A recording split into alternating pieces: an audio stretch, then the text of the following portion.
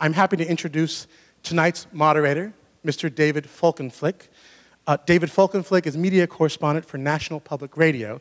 He's a regular media analyst on television and has been featured on CNN, ABC, MSNBC, and Fox News. Prior to joining NPR, Mr. Folkenflik spent over a decade at the Baltimore Sun covering higher education, Congress, and the media. Folkenflik is based in New York and grew up in Laguna Beach, California. Please welcome Mr. David Folkenflik.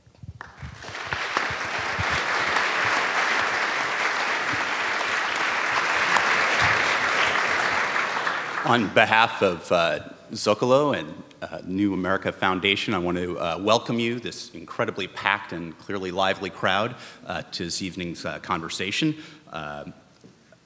First, I'd like to introduce three panelists, and then perhaps I'll take a moment to set the scene.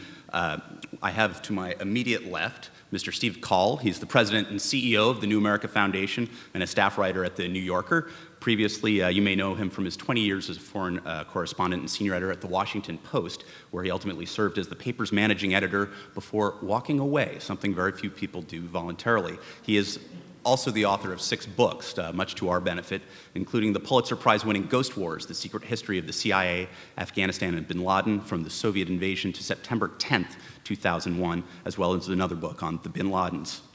To his left, somebody well-known in this area, of course, Mr. Phil Bronstein. He began his journalism career in his teens as a film reviewer, though he once wrote a long review and forgot to mention the name of the movie. He's worked at KQED TV, joined the San Francisco Examiner as reporter in 1980, first covering cops, then as investigative reporter, was a Pulitzer Prize finalist in 1986 for his work in the Philippines in that dramatic and turbulent era there. In 1991, he was executive editor of The Examiner, and when the Chronicle and Examiner merged in November of 2000, he was named editor of the Chronicle. He's now the executive vice president and editor-at-large of both the Chronicle and the Hearst Corporation, its parent company. He, as well, would like to point out he's on the board of the Center for Investigative Reporting based nearby here in Berkeley, and survived a recent appearance on The Stephen Colbert Show. And it's also a great honor to be able to introduce Mr. Michael Kinsley. He's a columnist for The Washington Post. He was editor of The New Republic. He was the founding editor of Slate magazine, one of the first online magazines, served as an editor of Harper's, was the opinion and editorial page editor of the Los Angeles Times, and has written columns for far too many publications to mention. We are quite delighted to have you here tonight as well. We were asked here to talk a little bit about the question of beyond newspapers, and I thought I would just take a quick moment, if I might, to perhaps explore a couple of the issues that we have to think about. It seems to me as though, and it's no surprise to people here in the audience, after all, you're packed here for a reason, and it's not because you're happy with the newspaper that's arriving on your lawns, should you still be paying for it. Newspapers are in tough times, and they have served, of course, as the workhorses of journalism. If you think about the amount of cutting and gutting going on in American newsrooms, among the people who have recently lost their jobs were someone who just last week or a couple weeks ago won a Pulitzer Prize. He lost his job a few months before. Someone who had been shot while covering a city council meeting in the suburbs of St. Louis. And someone who is writing something called the Recession Diaries for the Chicago Tribune about how people who are being downsized were dealing with the economy. He was not allowed to post about his own layoff, and in fact, the newspaper removed the blog that he had been writing for so very many months from the paper's site, so you can't find it anymore. These are what we call tough times. 2008, in some ways, was a milestone year as well if you think about online. It turns out, according to Pew, that a majority of people now read their news online. And this was supposed to be the great promise, because news organizations thought, at some point the revenue from online ads is going to match what we were able to get from the rich charges of print. But there was a drop in 2008 compared to 2007 of 48% in online ad revenue. So it doesn't look as though that's going to be sustaining. And yet at the same time, there are astonishing advances, ways in which people can get original source material, can read things. I can read about my Los Angeles Angels while living in New York at the touch of a button. That is a great day, let me assure you. And there are other kinds of documents more relevant to how we live as citizens that you can also get for yourselves. Perhaps the Pentagon Papers wouldn't be published today by the Boston Globe, now crippled by debt, but it might have been posted by TalkingPointsMemo.com if Daniel Ellsberg had decided to slip the document to them. So it seems to me that we're not entirely in an all one way or all the other way situation. So some of the questions, it seems to me, that we're going to pose this evening will fit into two categories. What's next for serious news organizations and the values that have animated them? And what else is there out there and evolving that perhaps is informing and stimulating us in a different way than we might have expected? So I thought we'd start with Steve Coll, after all. He's part of the institution that's helped bring us together today. He wrote a piece in the New Yorker that some of you may have read that appeared in January. And he said, in the foreseeable future, it seems there will be two kinds of nonprofit newspapers, those which are deliberately so and those which are reluctantly so. Ever since I left the Washington Post in 2005, after 20 years there that included a stint in management, and particularly since I joined the nonprofit world at the New America Foundation, I've been mulling over this idea that only by turning the Post into a nonprofit trust and raising a university-sized endowment to support the newsroom could the paper retain the vitality it requires to serve as a successful watchdog over our constitutional system. So one of the questions I wanted to start with, Steve, is if you could talk about why it is that what the Post does and what other news organizations, newspapers in particular do, is so vital that we should expect a billionaire to come forward to endow, or somehow people to give money to this enterprise, which has been done largely by for-profit entities in the past. Well, I'm not sure that we should, but I think the really interesting sort of antecedent to that question is that rather than an article in the New Yorker, that was actually a blog post that arose from reading a proposition on the op-ed page of the New York Times one morning that philanthropy should consider newspapers as a subject for endowment, and those thoughts ended up creating a lot of additional sort of reflection on my part. I think the answer to the question is not the preservation of newspapers. I don't think there's anything magical about a newsroom or an entity that simultaneously publishes crossword puzzles and dispatches from Baghdad. I think that that's a beautiful thing that is passing, and there's really nothing that can or should be done by policy or even necessarily by philanthropy to preserve it as such. But there's obviously embedded in that newsroom a system of independent reporting and investigation and witnessing of events that matter in local life, in municipal life, in state affairs, in national life, where there's perhaps more of such reporting going on, and certainly in international affairs. And it's that reporting that I think does constitute a public interest, and where there is a public interest in that reporting. And while I agree with what you said in framing that we're in a transition, and it's a period of creative destruction, and there are many creative things going on that are quite wonderful and easy to celebrate. There is also a destruction of a certain kind of civil service modeled independent reporting on private and public power that is vanishing at a much faster rate than it's being replaced. And that's what interests me. And I think that in the sort of civic marketplace, there's a marketplace function in philanthropy just as there is in the economic system. And for a long time, philanthropy had no reason to consider preserving this kind of reporting and the values associated with it because it was taken care of by private interests. Now that's no longer the case. And so my instinct was to argue, let's change the conversation about what philanthropy might want to be interested in. Now, Mike Kinsley wrote from a slightly different perspective in the Washington Post last month, and he started his column provocatively, as he tends to start his columns. Few industries in this country have been as coddled as newspapers. And then he said, let us suppose, and pick up again, that technology is on the verge of removing some traditionally vital organs of the body politic. What should we do? And then he says, how about nothing? Capitalism is a perennial gale of creative destruction. Industries come and go. A newspaper industry that was a ward of the state or of high-minded foundations would be sadly compromised. He says, but will there be a Baghdad bureau? Will there be the resources to expose a future Watergate? Will you be able to get your news straight, not an ideological fog of blogs? Yes, why not, if there are customers for these things? Well, I would ask Mike, why do you think the market will take care of perhaps our need to understand what goes on, often in our name and our taxpayers and with the blood of our fellow citizens, in the absence of some sort of larger cafeteria subsidy that newspapers have provided in the past? Well, I don't know what you mean when you say newspapers have provided a subsidy. They managed to make a profit doing the things which you want to see done, and now possibly they won't for various reasons.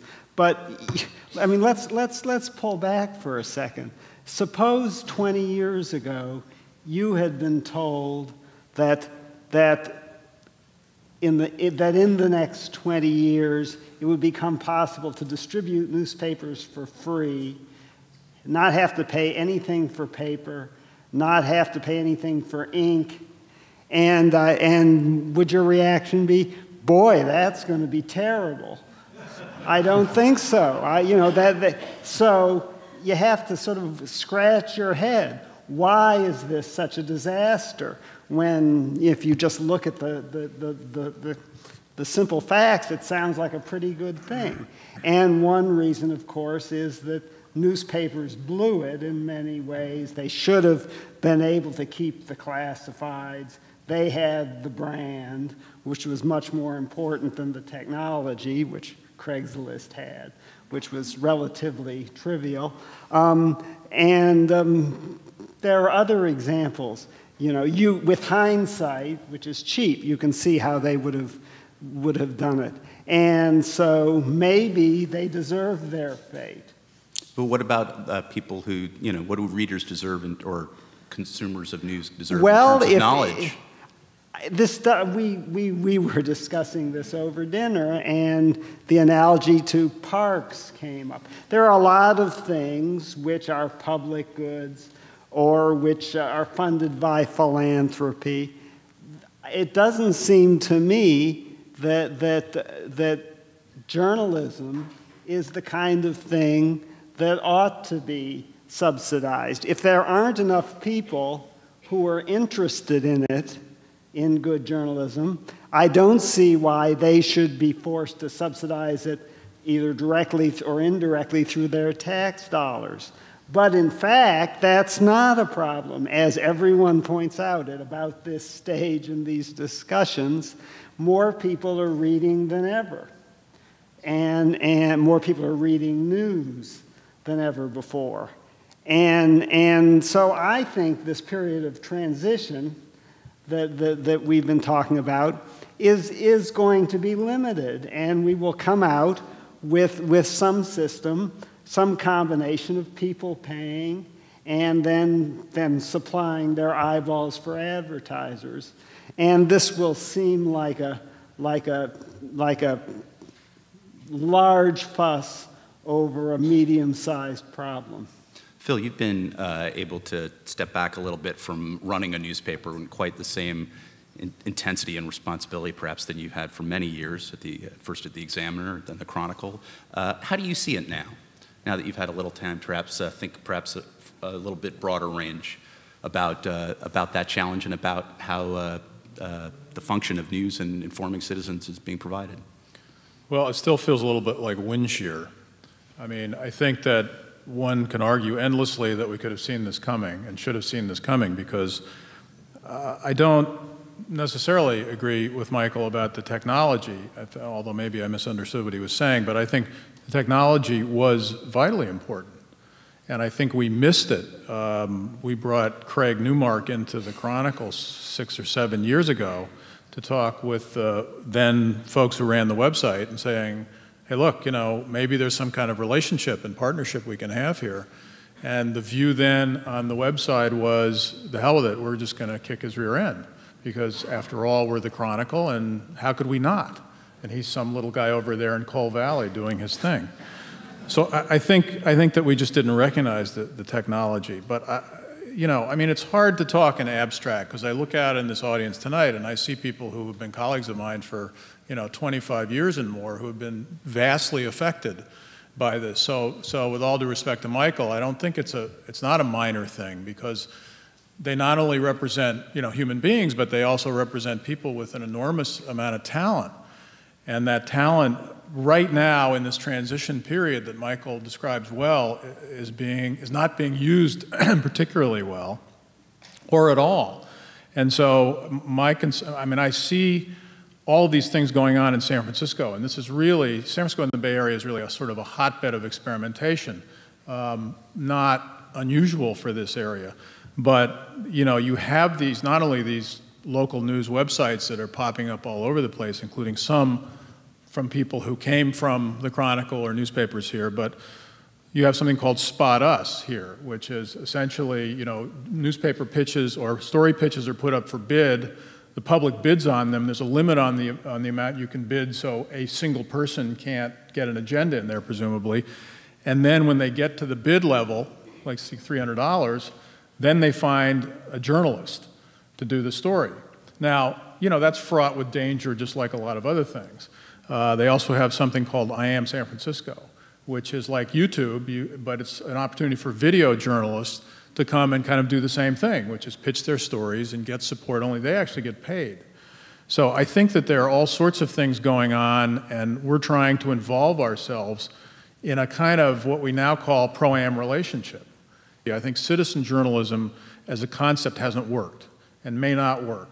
But that doesn't mean that you don't have citizens out there every day, people out there every day with their phones, with cameras, and eyewitness to news events. So the question is, how do you interact with those people in a way that may support journalism? Not a paper product, which I agree, I think with probably a lot of people here, that's going away. But with the news part of newspaper, how do you support that? And one of the ways you do it, I think, is by developing a relationship with all the people out there who are experimenting and all the citizens who want to be a part of it. I mean, it's not just that more and more people are consuming news. More and more people are participating. And I don't mean that in a bad way. I don't mean they're, you know, tackling police officers in the performance of their duty. I mean, they are there as witnesses. And I think that's a valuable thing that we have overlooked as an institution for a long time. And now we have the opportunity, and to some extent we have the technological tools. We just have to be willing to use them. Steve, what do you think? I mean, you're somebody who embodies in some ways some of the most rigorous, intensely textured reporting and writing that you can imagine. When you think of the opportunities afforded by the pro-am, presumably professional amateur interaction and knitting together, is that a model that interests you? Do you, as a reader, as a citizen, want to get more of that?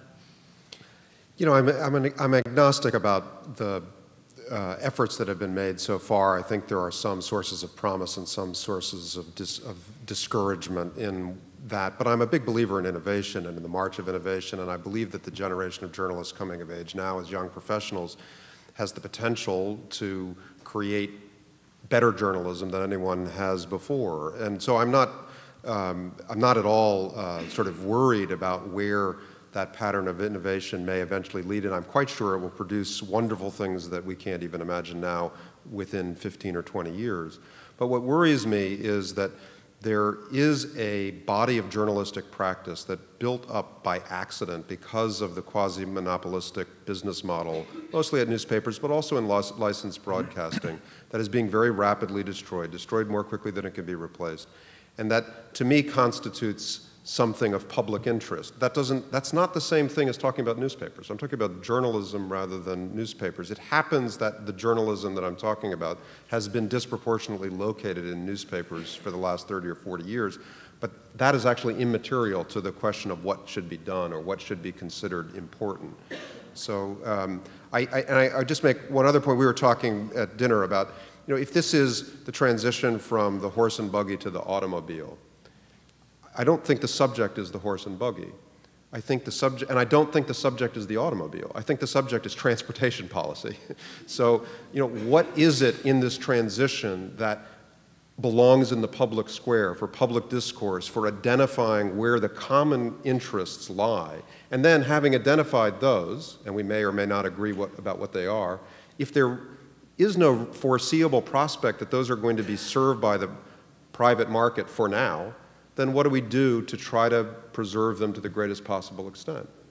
So there have been some examples, obviously, in journalism circles talked about, perhaps not as much outside, but you know, if you think of Voice of San Diego, it's sort of a group of a dozen or so journalists who went from the major paper in town, which was busily shrinking itself and appears this week to be doing even more so. MinnPost similarly in Minneapolis, which is one of the metro regions that seems to have a sort of surfeit of news organizations by comparison, but a not-for-profit that relies on contributions as well as advertising, online only, some St. Louis Beacon, some others as well. What do you guys think of these rather small, compressed, but focused organizations that have popped up in metro areas? Well, who's going to say anything bad about them? Well,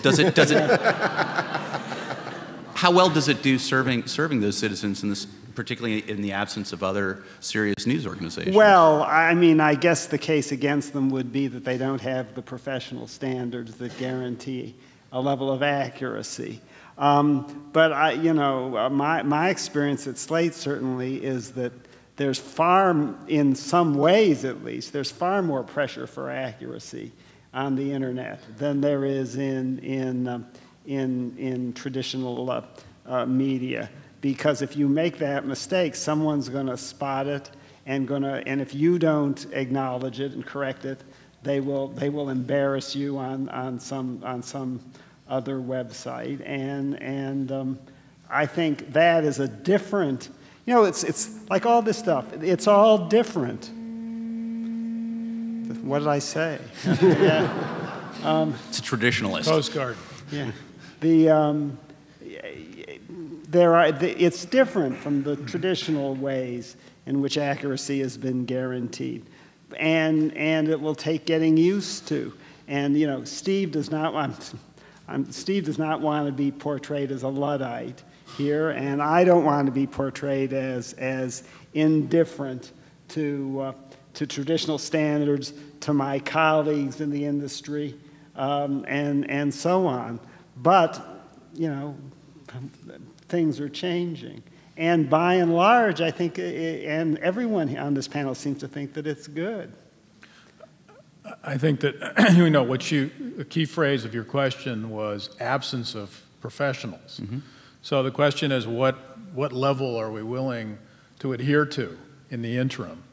And the sad fact, but I think maybe ultimately a good thing for some of these enterprises and for journalism, is that there are a lot more professionals available. I mean, that's the sad fact, is they're available for sad reasons and unfortunate reasons. But the ability, I mean, at the Center for Investigative Reporting, we have some projects underway that we actually got funded, and not only the number, but the quality, professional quality of the journalists who've called us and talked to Rob Rosenthal, our executive director, has been astonishing. Not necessarily so much when you think about really the bigger picture and what's been going on, but they have the ability to contribute. So then I think we very quickly get to the question of how are you going to pay for it? Can you pay them?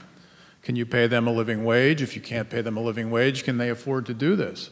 Because, I found, not to switch subjects here, but in the issue of what can you support financially, which is kind of an important issue, and one of the things that got us here to begin with, there's a vast chasm between charging for content and people paying for content. You can charge all you want, but if people don't pay for it, it doesn't really help you. And then there's another vast chasm between people paying for content and making a business that works. I think, to your original question, that one of the values of these new operations that are springing up is the cost structure. That the cost structure, I mean, I remember Steve's colleague Len Downey was here not too long ago, was scolding the New York Times for having a staff of, 900 or 1,000 or 1,100 journalists. Well, I mean, the Post had a staff of 800.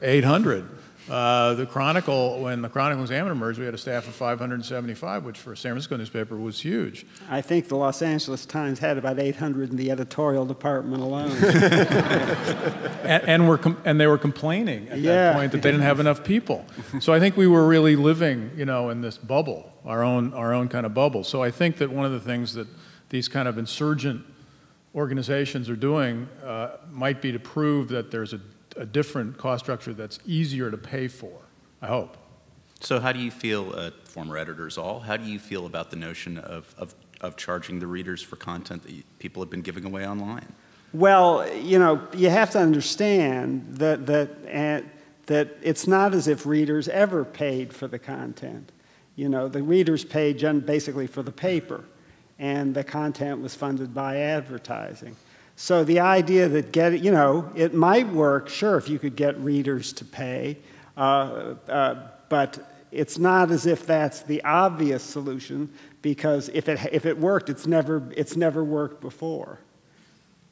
worked maybe for the Wall Street Journal for certain kinds of financial information that Steve was talking about a bit earlier. Sure.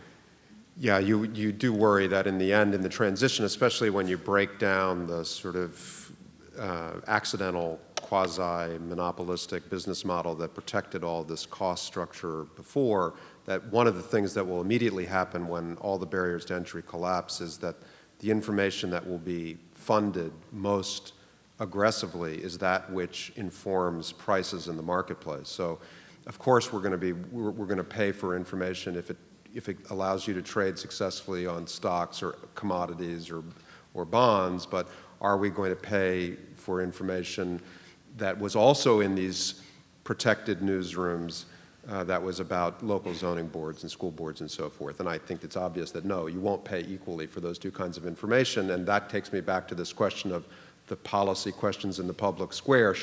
If you're not satisfied with that fact, then what are your options for doing something about it? I'm sorry, Phil. No, I wanted to point out a sort of an interesting irony that, I mean, Steve was at the hearings yesterday. No, were you there? Yeah. In Washington, and I mean, I didn't find much, present company accepted, of use with those hearings, because I think the premise was off, which is government should provide an exemption. The fact is that really, I think traditional newspapers that are looking for, quote, exemptions are just looking to be treated as the government has historically treated many other businesses.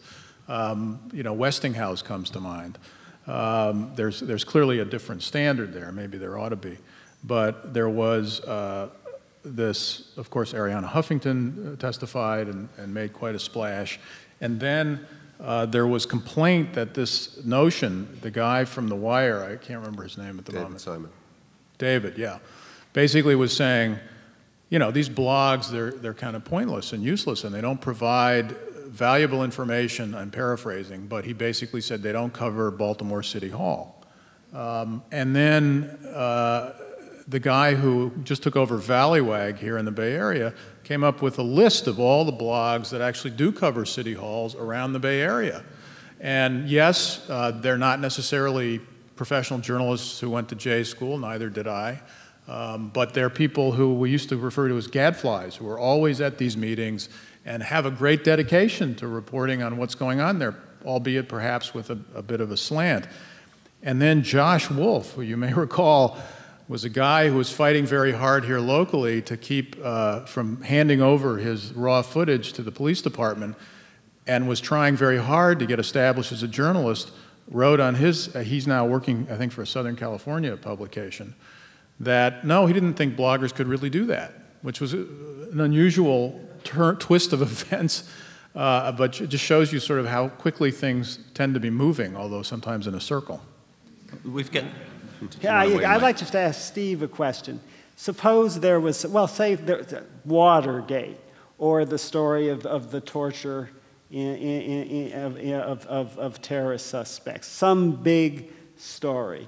Now, you're one of the very best, or you were until you gave it all up for the foundation, investigative reporters around. Is it more likely or less likely now than before all these things happened that a story like that will be uncovered? Well, I know the reporters who brought both of those forward. I mean, Dana Priest recently on secret prisons, and of course, you know, Bob is a colleague of yours and mine for a long time. And if you look into the narratives of how those stories came forward and became episodes in American constitutional life, I think the process by which those stories finally saw print is inseparable from the professional experience and professional setting of the journalists who eventually were able to get that into print, and also, certainly in the case of Watergate, inseparable from the imperviousness of the Washington Post's business model to even direct pressure by the federal governments and threats of IRS audits. Because, and again, that's an accident of the quasi-monopolistic sort of status that these business models enjoyed at the time, but it's a not incidental consequence of that run that newspapers enjoyed, that basically the owners correctly believed that they could withstand any pressure, because their business model was very broadly distributed. Well, that's one model, and that's the traditional model. But Phil's been telling us about various new things that have come along because of the internet, which you just have to weigh the. I don't rule out the possibility that you used the example, I think, of someone who, I mean, so that's the case about the historical examples that you asked about. But could other equally important episodes of, constitutional disclosure through journalism, constitutionally relevant disclosure through journalism occur through these new methods? I hope so. And don't you think that a bunch of bloggers sitting around in their underwear reporting on stories are going to be at least as resistant to government pressure as a major corporation with shareholders that has obligations to? We'll see where their courage is when they're tested, I guess. But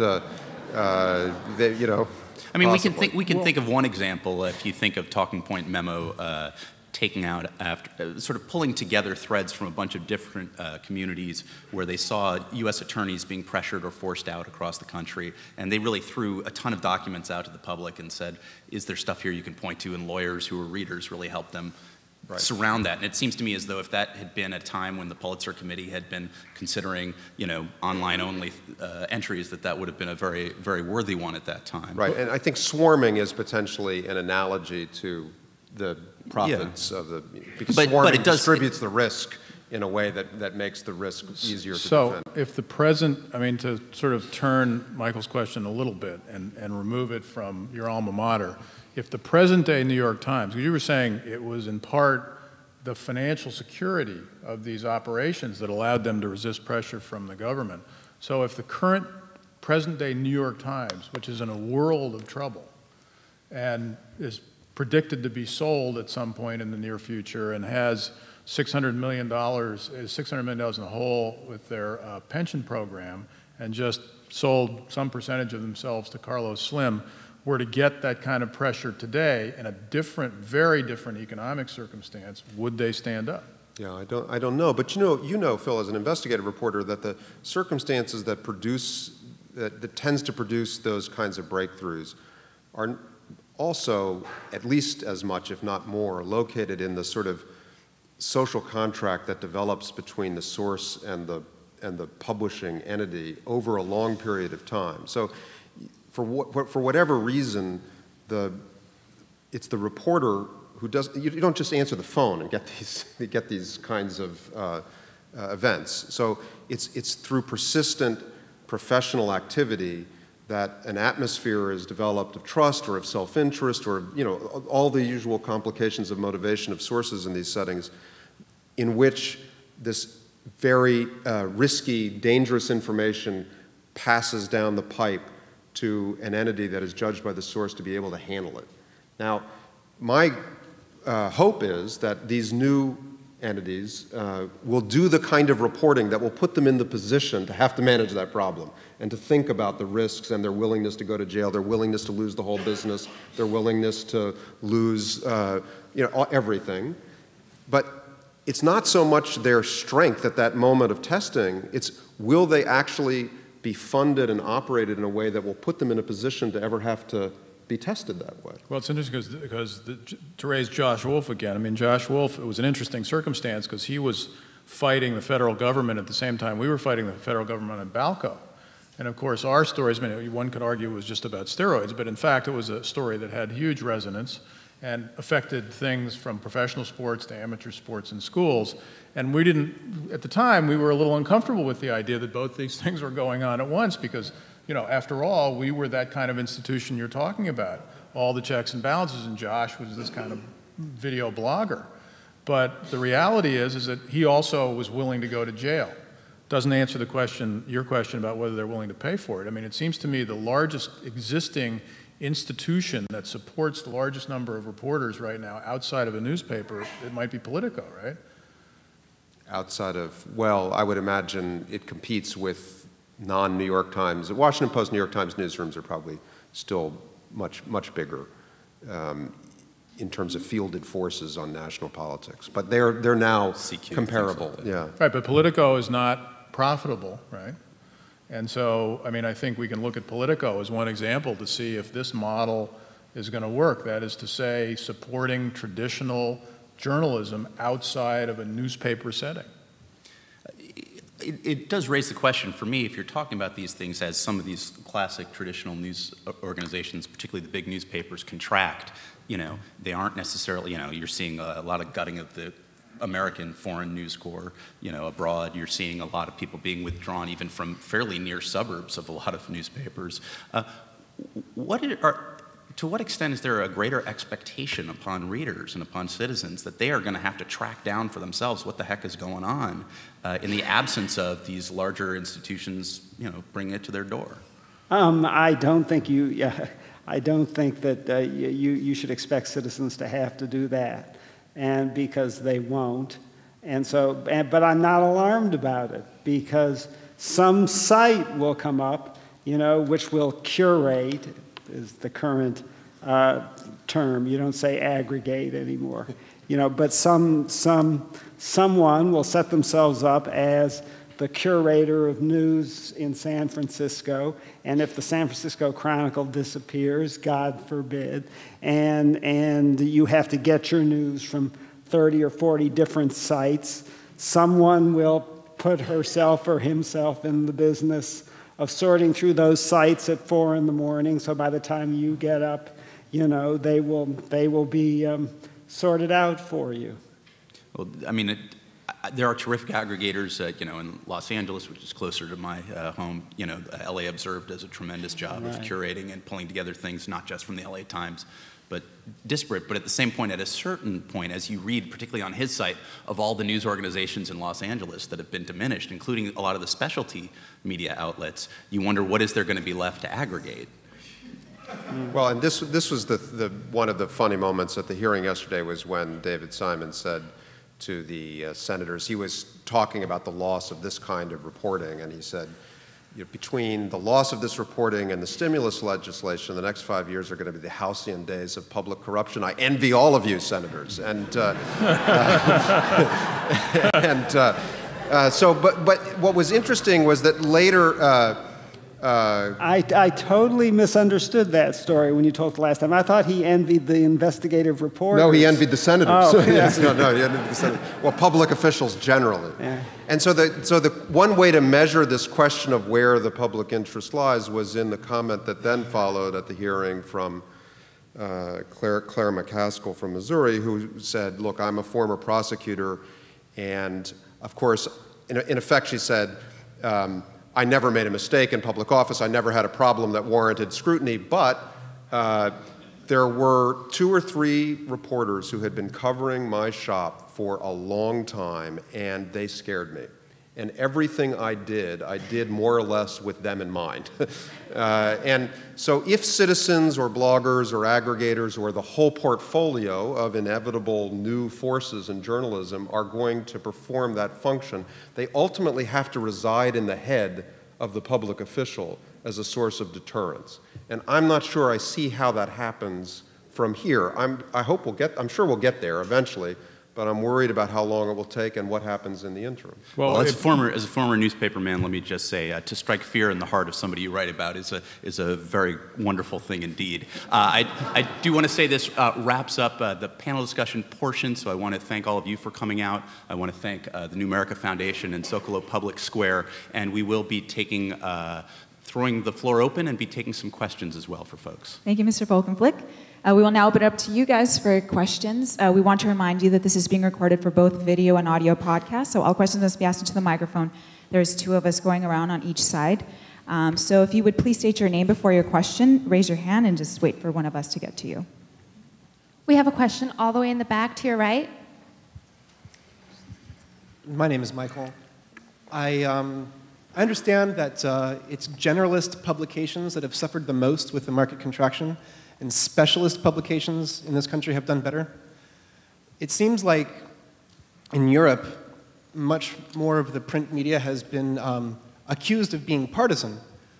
But I would suggest that just as specialist publications here or European media seem to be more engaged in providing analysis, I wouldn't call it necessarily a slant or bias, but providing more analysis, the New York Times calls itself, printing everything, all the news it's fit to print, the journal of record. So American papers seem to be more journals of record, and European papers, as far as I see, reading French and Spanish and English, give more analysis. And I think that the growth of blogs are publications that provide more analysis. I'm not saying that people need to have stuff spelled out for them, but I question, publications in this country that are dedicated to this journalistic credo of non-bias, presenting both sides, and so often falling into breaking down every issue into a dichotomy, false dichotomies. So Steve, do you want to address, maybe wade in a little bit, or talk about what it would be to be more of an Well, I was going to say, I think you have a very good point. But the European papers aren't accused of being biased. They quite frankly are in general, and they don't. And I think that this is a different business model, as we say. And there's nothing wrong with it. And I think it could be a model for how American papers could evolve. Clearly, there is something about communication online which favors opinion, to say the least. And in searching for some place on the spectrum between the New York Times and the Washington Post rigid objectivity and the rampant bias and inaccuracy of some blogs, I think the European papers could be a model. Well, and to me, it's more honest. I mean, I've spent my whole life in opinion journalism. And I think, in a way, you don't have to pretend you don't have an opinion. Because it seems to me that any intelligent person, and reporters are intelligent people, who spends their time looking into some situation is going to develop an opinion about it. And American papers sort of pretend that doesn't exist, or insist that you can sort of ignore it, whereas the European papers say, no, you read the story and you see where we're coming from, and then you decide whether to believe it or not. Well, I think it's important to recognize that this practice, the pursuit of objectivity, however you want to reductively describe it, is an accident. It's a cultural artifact as strange as opera. I mean, it's a product of this it's a product of this business model and the time in which this business model emerged in the post-war period. A lot of factors came together. One was, if you have a quasi-monopolistic business in which your market power depends on the extent of penetration of a metropolitan market, then you have a built-in incentive to develop content that is inclusive. So, on the one hand, on the other hand, everybody in. That was one factor. In the post-war period, you had the rise of the sort of reification of the scientific method in social sciences. Everything is evidence-based. Everything is peer-reviewed. Everything is edited. Now, I value the scientific method, and it migrated into journalism at the same time that there was also a sort of cult of professions that grew up. And a lot of people justifiably criticize this claim on behalf of the journalistic profession. And we might equally criticize such claims on behalf of medicine or law or accounting. Of course, they're imperfect, but it's the pursuit of standards and the insistence on scientific method and peer review that is what is the accident of this business model. So if it goes away, the question is something of public interest lost? Because I think it may well go away, and whether a European or other model replaces it is sort of not the public question. I think the problem with what Michael referred to as the rigid objectivity, and we'll talk about the New York Times since no one from the Times is here that I'm aware of, is the reality is if the public doesn't see you as objective, then how objective are you? And I mean, if you've ever been written about, there's one thing you know, and that's they never get it right. Life is complicated. When I was covering the Philippines, most of the reporters wanted to have it be a Walt Disney tale of this horrible dictator, evil, fascist, murdering, torturing dictator, and this pious, humble housewife. Well, of course, it wasn't like that at all. She didn't care at all about the country's poor, and he was a much more interesting, complicated guy than the cartoons wanted to make him. So objectivity really sort of is an elusive quality, I think, even for the New York Times. But the bigger problem is if your readers don't feel you're objective, then you need to think about what objectivity really is. Is it really just a fairness doctrine applied, in print, or is it something greater than that? And I've never been able to quite get my hands around that. The shoes were true, right? Yeah. What was true? Okay, here's what was true about the shoes. He had as many as she did. Next one. Gentlemen, we have a question to your far left here. Hi, my name is Stephen Robert Morse. I run my2census.com, which is the nonprofit, nonpartisan watchdog blog of the 2010 census, very niche. And I wake up at 4 in the morning and aggregate news from all over the country. I sit in my underwear when I do my work. And I know from my analytics that You're the future. I dressed up for this. And I bring fear into the hearts of every Census Bureau employee from coast to coast every single day. And I know that from my analytics. So my question is, a few names we haven't really heard are CNN, Fox News, MSNBC. And we're, given that they had such high ratings during the last election cycle, where do you think that they fit into this whole new media game? And where have newspapers, in terms of making their own video blogs and their own slideshows and multimedia presentations, where have newspapers succeeded and failed? And what do you see as the future of the whole online game? Oh, I think that's a broad one question, for Steve. Right? Why don't you deal with that? It's your experience as an editor, Phil, and maybe we'll have one person answer each question. All right. Well, let me try and tackle the question about newspapers and online and their online entities. I mean, I think we've handled it very badly. I think there was a tendency to want to shovel the content of the newspaper onto the website and figure that was it. And, our content was so great, after all, people were paying us at least 25 cents for it every day, that how could an online community not value it as well? And it turned out that we were ignoring all the, you mentioned video, audio, podcasts, all of these things. I mean, for most newspapers, we came way late to the party on comments, because the idea, the concern in the newsroom was, well, there's a bunch of idiots out there. And they're gonna, and look at look at the places where there are commenters, and they're flamers, and they're virtually obscene, and what are we gonna get out of that? And what we didn't get out of that, when we didn't have comments, was a lot of really good material. Just very briefly, we have a guy named Tom Steenstra, who's an outdoor writer, and he had a blog about a guy who fell off Half Dome and died. And it was a blog, and he had 500, 800 comments on that blog, and within the comments were people who claimed to have been eyewitnesses to his falling, both above him and below him on Half Dome. And you had people who were expressing, I think very articulately, what the problems were and why it was unsafe. People were going up in their sandals, and they needed another cable in addition to the 2 cables to make it safe, and you needed a ranger on duty there to make sure people did what they were supposed to do. So all, within a blog and its comments, you had the ability to pursue that story further. I mean, you had to determine whether people were actually there or not. But all this possibility, and we were not really interested in that. And so I think now, very late in the day, newspapers are going, oh, yeah, all that digital stuff isn't just, some guy in his underwear.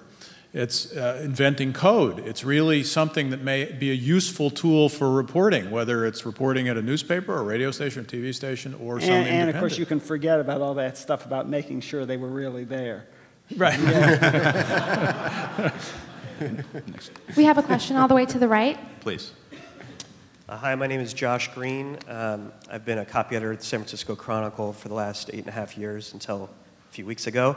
And I wanted to ask the panelists some very specific questions about business models. I feel like we've had a good discussion about professional standards, about the transition period, but if each panelist could say very specifically in the transition which business model innovation that they think is going to stanch the bleeding, basically, of talent out of not just newspaper companies, but any news organization. Which business model innovation is going to help keep these journalists from leaving and never coming back? Because I think that really is the major problem. And if Phil could specifically address the San Francisco Chronicle, because I think a lot of people in the room are probably very interested about that as well. But also why there's been no public articulation from Hearst about what the Chronicle's plan is to save itself, basically, or a conversation with the newsroom itself. Do you want to do briefly, and then Steve perhaps Seems gets like a chance? question for Phil. Briefly. I think the current San Francisco Chronicle is not a successful business model. That's pretty obvious. I think that, I'll tell you what we all know, which is that Hearst, and I don't run Hearst, so I can't sort of speak with great authority for Hearst, but what Hearst has said is it's not a viable business model, and we need, at a minimum, all these concessions, of which you're very well aware. And if we get those, maybe there's a possibility that we may stay open. That's pretty much what's been said. I don't know if anyone's put it that bluntly in the newsroom, because I'm no longer in the newsroom. But then the issue is, okay, what about revenue? Where's your revenue going to come from? Because any business model that you have has to be based on some amount of revenue. And the reality is that the revenue at the Chronicle, the revenue at the New York Times, the revenue at the Washington Post isn't enough to sustain the operations we currently have. So what is the business plan? I think the plan right now, and again, I'm neither am I publisher of the Chronicle, so I'm probably the wrong guy to articulate this, is to see if you can reach a point where your costs are low enough and your revenue is high enough. Right now, that revenue is being pushed to the circulation side. So the circulation prices are going up, and you may have less circulation, and maybe that will end up costing you less also. But where it used to be 80-20 or 75-25 in favor of advertising revenue, the move is towards circulation revenue. And I can't sit here and tell you honestly that I think that's necessarily going to work, but that's where it's going. Gentlemen, we have a question in the Yes. center here. Hi, my name is Max, and I have a perfect follow-up to that. I wanted to make reference to a couple of business models which are circulating now. I'd love to get the panel's feedback on Stephen Brill's Journalism Online, if any of you are familiar with that, and also a devoted actor of the Fourth Estate, C-SPAN, that hearing you were referring to earlier, anybody here can go watch online. And so some sort of model where... Subsidized by the cable industry. Subsidized, yeah. So sure. If something like well, that... Steve Brill's, for those who don't know, it's a Journalism Online LLC. It's the idea is that he would serve as this vendor that all the newspaper companies would come to and cloister their information, essentially, requiring people to pay some sort of fee, whether by article or subscription. Hasn't been hashed out. Each paper could do it differently.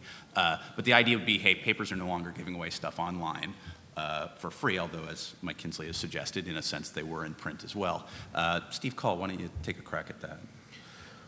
Well, I leave the venture capitalism to the venture capitalists. I don't really have an answer to the question about Brill's business model, although I'm skeptical about the proposition of paying for content in this context. But I do think in the second idea that you mentioned, there's something important in my view, which is if you were to say what are the portfolio of policies and market innovations that can get us best from here to there, preserving the values and the reporting we've talked about earlier. Of course, you just emphasize innovation and private investment and experimentation, and you'd also emphasize MinnPost and Voice of San Diego and small nonprofit seedlings that could grow, and you would expect that in the end private investment will rule the day and take us into the next era of journalism. However, the citizen in me also wants to observe that we already have a national infrastructure for public broadcasting, and that national infrastructure is very important in this transition and ought to be revitalized and reinvented. And I think that that there is the potential for that in a creative way, and it may be that the funding comes from user fees for licensed scarce spectrum that is allocated to private interest in the context of the public interest. It is a matter of federal law that in the licensing of scarce spectrum to private interest, the public interest should also be considered. And you could define that public interest by modest user fees from those who get to profit from the scarce spectrum, reinvested into this national infrastructure that already exists in order to promote these values that at least me thinks are important. So I think we have time for 2 more questions. Gentlemen. Straight down the middle. My name is Paul Schindler. I'm a veteran of several dead journalism organizations, the Oregon Journal, the Late Afternoon Daily of Portland, UPI, which doesn't exist really as a wire service anymore, a bunch of trade publications. But I happen to have been doing some historical reading lately, and I wonder if anybody on the panel, I don't know if any of you go back far enough to remember 5 newspapers in San Francisco, 5 in Los Angeles, a dozen in New York City. You'd have to go back to the 30s for that. But we survived the collapse of competitive newspaper journalism in America. Is this worse? I think that's a very interesting point. And in fact, one of the changes that has sort of swept the newspaper industry, which people haven't focused on as a result of the internet, is competition. Once more, because every English-speaking newspaper now competes with every other English-language newspaper, whereas it used to be they were basically dozens of separate monopolies in this country, in different cities. And that's part of their problem, but it also, I think, suggests somewhere in there a solution, because you could really support 5 or 6 national newspapers with bureaus around the world and all the fixins, conceivably. 1 more question, I believe. Yes, this is the last question. Before I do take the last question, I just want to say that on behalf of the New America Foundation and Zócalo Public Square, we thank you all very much for joining us this evening. And we invite you to our wine reception in this same room, and our featured speakers tonight will also be joining us so you can chat further on tonight's topic. Thank you so much.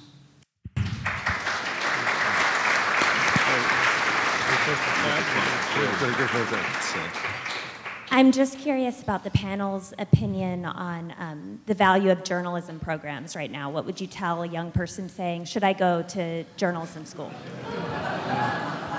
A perennial and impossible question, I might add. This is your friend, right? Yeah. Gentlemen, yes, no? Yeah, I mean, the UC Berkeley Grad School of Journalism, which today just renamed Neil Henry as dean, which is a great thing. They have a Knight grant, and they have established 7 micro-local news sites around the Bay Area, one of them being in the Mission District of San Francisco. And we are starting a local news initiative, a little too late, at the SF Gate, which is the Chronicle website, and plugging them in. And now, whether we'll be able to pay you if you're one of those people who's doing it is something, we'll have to see. But I think that I can tell you, having been over there and having been to some of these neighborhoods where they have storefronts, that they are as excited as I was when I got into journalism. And I was not sure what my future would be then. So I think my answer would be yes. So let's take a moment to thank each of our panelists, Michael Kinsley, Phil Bronstein, Steve Coll, for joining us. Zócalo Public Square, New America Foundation.